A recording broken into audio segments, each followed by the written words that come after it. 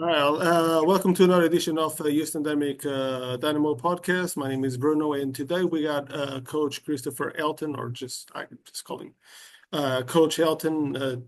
Truly a legend, not just in the Houston area, the Cy-Fair area, whatever you want to call it.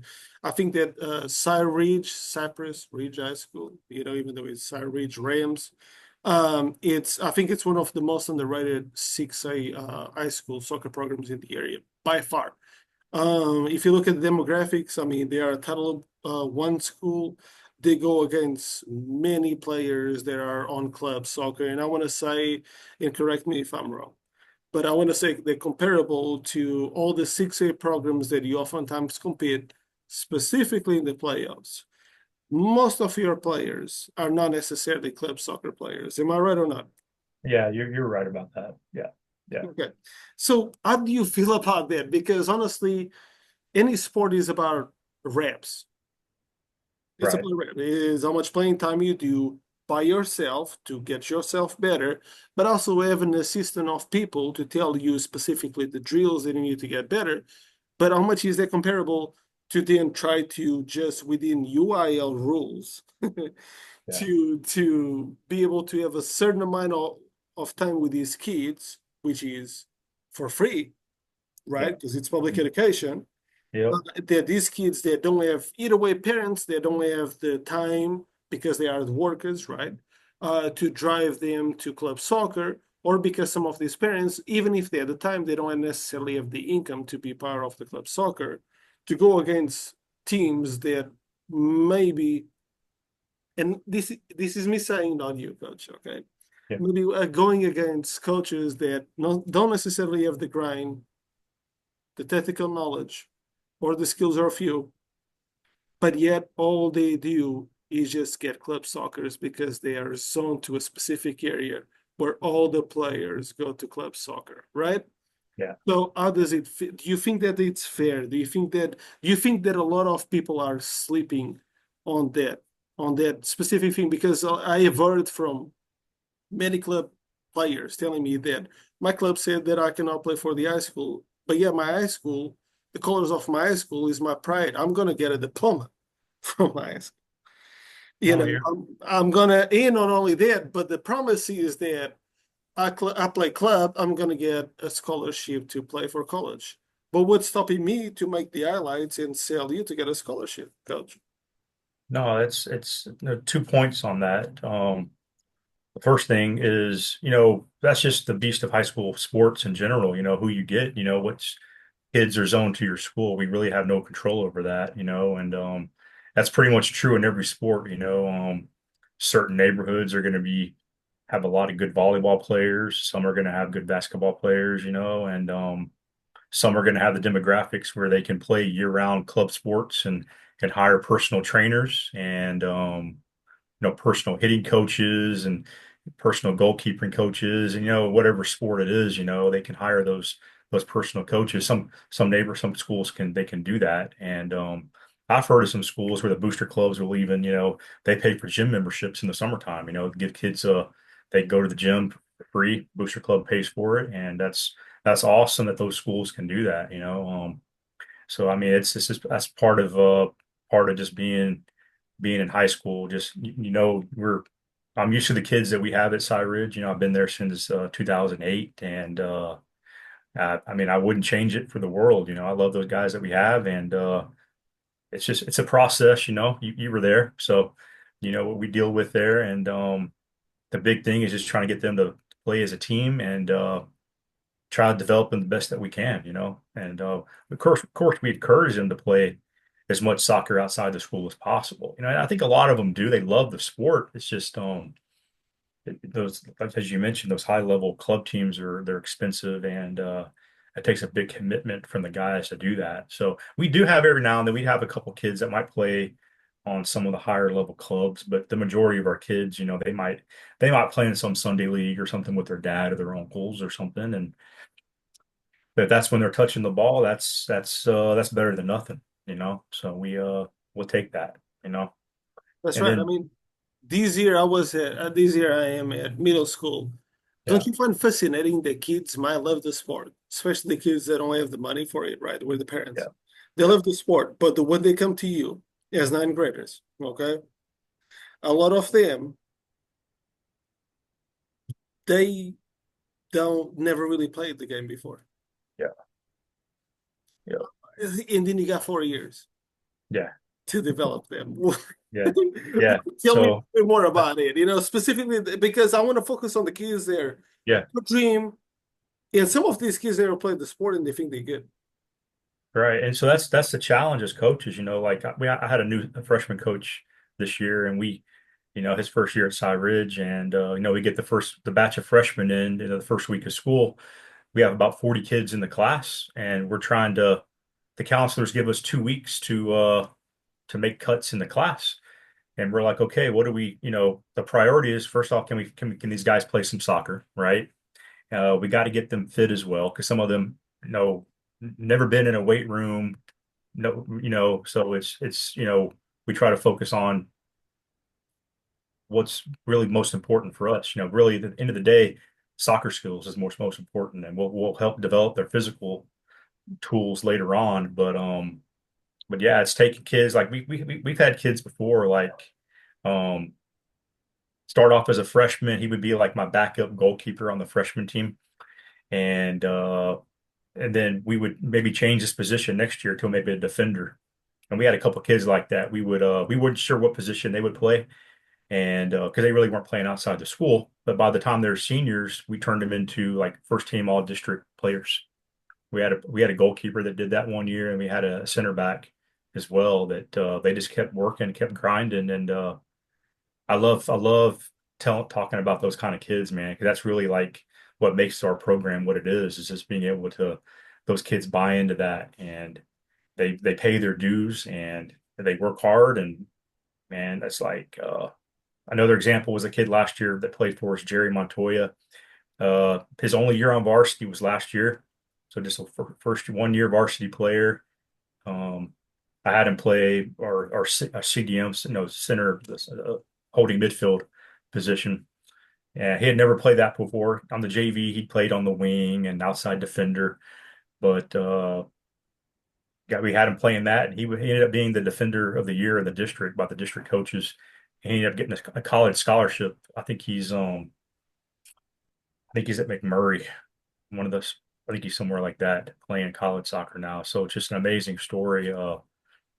Kids like that really buy into it. So they kind of fly under the radar. They're late bloomers, but that's the beautiful thing about soccer. It's just some kids take time developing. It's like, Absolutely. What's the key? What's the key to develop a player? Because oh I believe that the dream that is sold to yeah, also like a lot of the club soccer is that yeah, these high school coaches don't know what they're doing. yeah, yeah. And I've heard that. And I'll be honest, that used to be the case. Like when I first got into high school coaching, I'd say about half the coaches in the district were former football coaches. But now it's very rare now that you're going to find. I think most schools now they're getting away from that. They're actually hiring soccer guys to the job. But when soccer first became a UIL sport, it was just seen as a second sport for high school coaches, and it was like that for many many years. And that's another reason. I don't want to get on another rant here, but that's why our coaching stipends are so low for soccer, is because it was always a second sport for high school for football coaches, and it was never seen as a specialized sport for like volleyball or like baseball or something like that, where they would pay them more to give the stipend more. So we and it still reflects on that, how much they pay us as coaches. It's really disturbing, and it really pisses me off, to be honest, man, when I see how much our stipend is. But we don't do it for the money. And I tell my assistant coaches, if you start thinking about the money, you're probably going to want to quit, okay? Because you can't think about it like that. But it would be nice to be compensated a little bit more than we are. We're not football coaches. This is not our second sport. This is what we love to do. And we love the kids, and we should be fairly compensated like a lot of the other head coaches are for that. you know and I'll always advocate for that. I will Yep. add on to it. because I will say it, I've been blacklisted from many club soccer, which I don't care. Yeah, yeah, Because and that's why I do this. You know what I mean? I do these because I want to speak the truth, because I think there's a misconceptions here, a lot of misconceptions in this country. yeah, And and when you look at the American national team, you see that most of the great players are either way, their parents were in the military and they were overseas, deployed overseas with access to things that were quality rather than money, because America loves money rather than quality. And we sell the illusion of anything. And no, or just neutralize kids because of whatever, this father was or this mother was of American. And I will say this, okay? This past year, in the summer and more, I went back to my Portuguese youth team and I coached down there, and the kids, they buy it, man, because it's part of the culture, yeah, and I was doing it for free, and the kids were having access to that for free. And by the way, when he says that the money is not there, I will tell you this, okay? Let's do the math for everybody listening. Let's say you get $7,000 extra, okay? yeah, For 12, for 10 months contract. That's $700 before tax. How many hours do you think you put up these contract here? oh, gosh. I don't even think about that, to be honest, man. I know it's long. I know it's a lot. It's a lot. So long story short, is charity Yeah, work. yeah, It's charity work. It's for the love of the game. yeah, It's for the love of the kids. It's for the love of the competition. It's for the love, correct me if I'm wrong, specifically to kids that don't have access to what other club kids will have access to. yeah. It would be hard for me to go to go to a school where um it was a different environment. I'm used to the kids that we have at Cy Ridge, and even before that, when I worked in HISD in the middle schools, it was the same kind of kids. So I connect with those kids, and one thing we have in common is we love soccer, and that enthusiasm and soccer, and I mean that's the universal language to me. So The love um, shouldn't have money you know, sign on it. yeah, for sure, sure, and But and I agree. And I will tell these to everybody listening, the stipends should be at least matching to football, because honestly, the biggest money grabber of this American economy next year is going to be the World Cup. oh, definitely, definitely, And look at the prices of tickets. The other day I was looking at the price of, I think it was El Salvador coming and playing against a friendly match against the Houston Dynamo, $64. I bought a ticket to go for my father to go see Portugal, Denmark, and Portugal was $15 $15. to go see Ronaldo, Wow. not to Well, go see El Salvador. So in Lisbon, where my family is from. yeah, So when you understand that, unfortunately, there's still a big money grabber in this country, but then the people that love this sport, that are knowledgeable of the sport, are actually getting scammed. And that is a big issue. yeah. And I mean, you're not going to say it, I'm going to say it. Okay. I've always respected you a lot, tremendously, as a I matter of fact. appreciate that. Yeah, And yesterday I went to the Sire Ridge versus Seven Lakes, which they both, I wouldn't say it, yeah, I think a lot of people sleep on your program. yeah, I think Sire Ridge gets thrown under the rug according to legacy programs. Programs such as Seven Lakes are legacy. yeah, But these kids are all club soccer players in Katy. That's just the way it is. I saw it. The striker was probably 6'2". He looked like a grown man. yeah, I saw it. And yeah, I think your goalkeeper, Guardiola, his last name or so. I mean, to be honest with you, I'll say it, man. By the way, Sarridge lost 4-0. The result does not display what happened down there. Okay, there's just sometimes you watch those games and the result has nothing to do with what just happened. And that was one of the games. But nonetheless, when I saw the game was speed, the game had speed, the game had talent, the game had skills. Okay, and there was mistakes, little mistakes, like a chess game, which was soccer is, yeah, leads to goals. So, and I'm gonna say it, man. The saddest part about these that we still see is that referees are amateurs, and I'm a referee of my own. I actually am fully certified, and I actually coach and give the certifications to referees.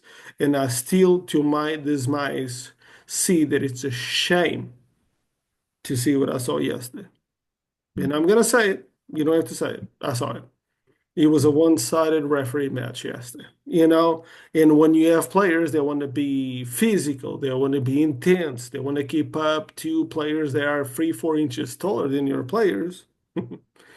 but then every time they touch their players as much, their players touch your players, it's a two-side street, and I saw that yesterday, and I'm gonna say it. One time I was teaching a referee to be a full certified referee, and I asked him what was the goal. He didn't know that I was the one giving it, but I asked him what was the goal in the area. This is in Houston, and I asked him what was his goal, and his goal was he said that his goal was to piss off people.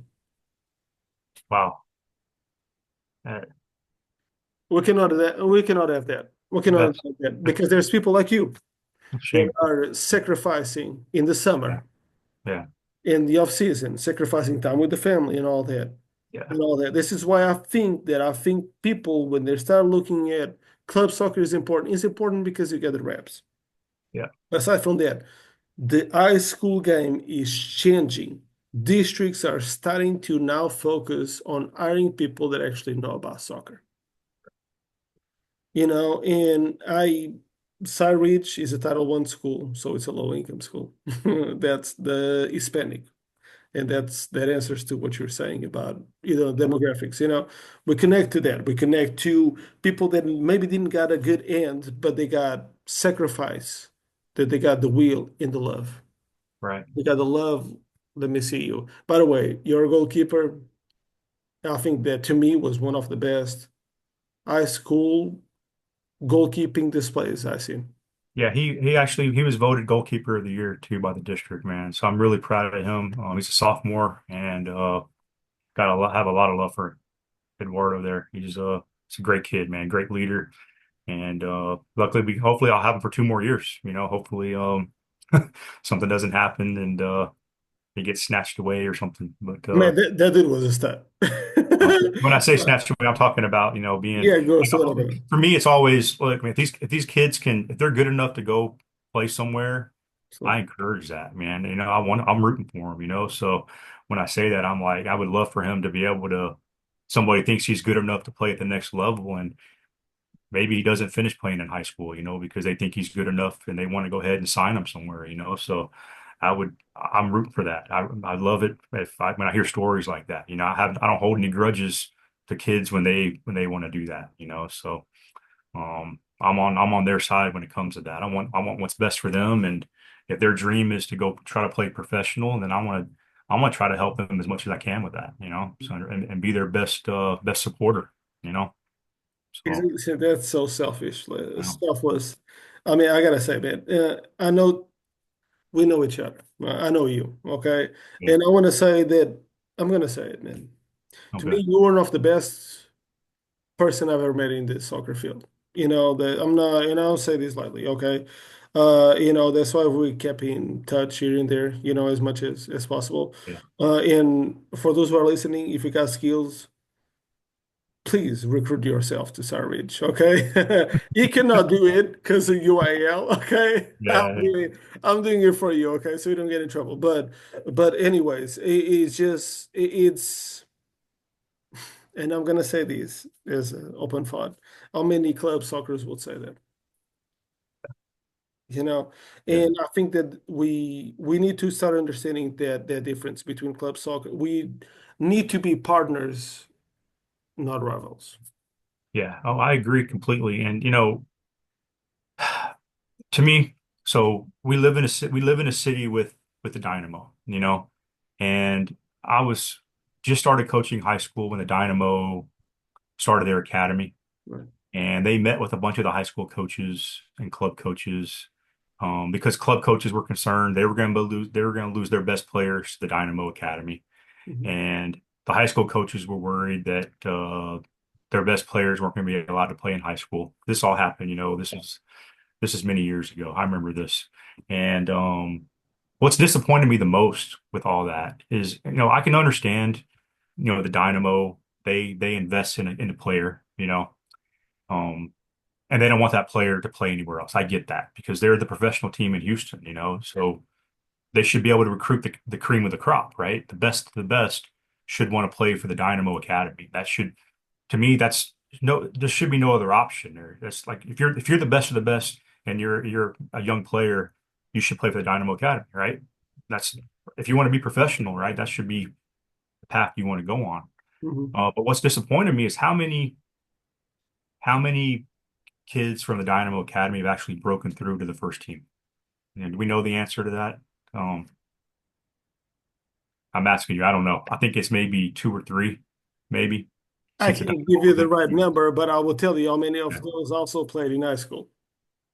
yeah, I think yeah, that goes in and in, yeah, like it doesn't even matter about it. I agree with you. And then the Dynamo split into different regions, Dynamo Woodlands, Dynamo yeah. whatever, you know what I mean? Right.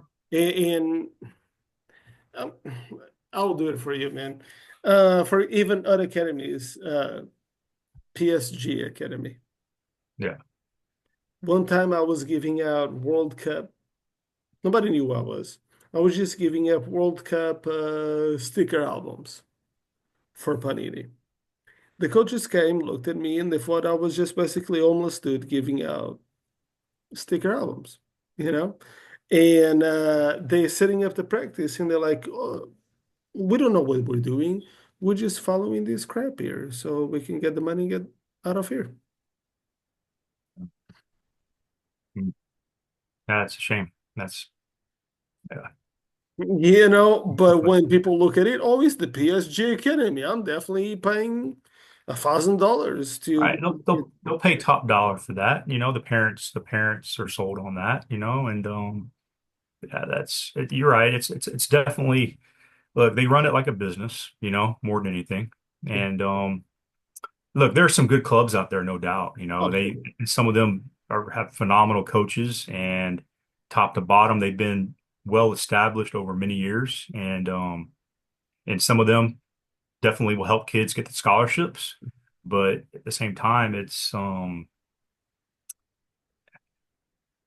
trying to be nice about this as well. It's I mean, that's up to you if you want to be nice. I think you need to Yeah, be but honest. not everybody, especially on the boys side. Look, on the girls side, there's a lot more scholarships available because there's more colleges that offer, girls soccer.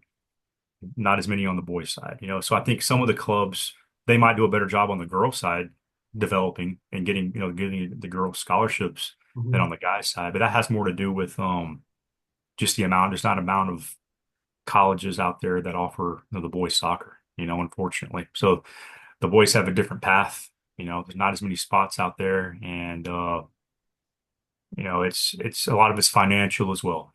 Especially with kids that we've had that we won when we won our district championship 2 years ago. We probably had five or six kids that they were good enough to play in college. I mean, they were top players. Some of them on their club team. They were on the team that won the Texas Cup that year in Dallas, Dallas Cup. I'm sorry, Dallas Cup, and top players. Not one of those kids got a scholarship. Some of them, I think it was personal choice on their part. They maybe they didn't want to play in college. You know what I mean? Some of them had that dream of maybe going to Mexico and trying out down there. Some of them just didn't want to. They were done. They wanted to do something else with their lives. They didn't want to pursue soccer anymore. So, but it's just but I look at that, it's kind of a shame that some of those kids weren't offered more opportunities. And I think a lot of it has to do with, uh, against colleges, they offer some financial aid, but it might not cover everything. So that's a big factor for a lot of our kids as well. Like the coach say they might give you 10% or 25%, but the kid's still left trying to pay for the rest of that. That's more than what their families can afford, unfortunately. So, um, yeah, it's one of those unfortunate things. But back to what you were saying about club, man. It's just you know, I get angry when I hear clubs telling the kids not to play in high school because it's just to me, I don't know if you agree with this or not, but the Dynamo kids are the only ones that maybe if there's going to be a club that says you can't play high school, it would be the Dynamo only, the Dynamo Academy. And if you're one of the top guys in their academy and they really think you have a future with the Dynamo, oh, I definitely agree that those kids probably shouldn't be playing high school, because they're like the Dynamo would see them as an investment in there, So, but these other clubs, they have, I really don't. I don't really see how they convince these kids that that they can't play high school, man. That's just it's kind of ballsy of them saying that, to be honest. And I think the kids have the power. You understand what I'm saying with that? Yeah. Like the kids have the power to say no, say, hey, we're going to play high school, or we'll switch clubs. If the kid's good enough, Right. switch clubs, man. You find a club that's cool with you playing both. Um, and you get your teammates to do the same thing on your club, man. But shame on those clubs for doing that. That's just shouldn't be that shouldn't be happening. It's just let these kids have fun in high school, man. And look, if the kid was really that good, they would already be on a professional contract somewhere, you know. And and again, that's understandable. If you're on a pro contract, yeah, you don't need to be playing anywhere else, Mhm. Um, but yeah, that's just as you can tell, I get a little fired up talking about this as well, man. It's just I've had this conversation with kids and some other coaches as well, man. And it's just yeah, it's ridiculous. You're not the only one. That's why I brought it up the topic. Yeah, Like it's just pathetic. I mean, like I'll throw you an example. Right now, I have a kid that is in eighth grade. yeah. This dude is on the U.S. Under 15 national squad. Okay, great. Roswell Parrada. I'm gonna throw it all the way, the name, okay? And great player, but now they're telling him that he cannot play for the middle school. Mhm. The middle school. Wow. He's about to get injured. Is Come on now. Yeah. He wants to play for it's just 5 games. Yeah, yeah. And I coach middle school soccer, man. It's just fun.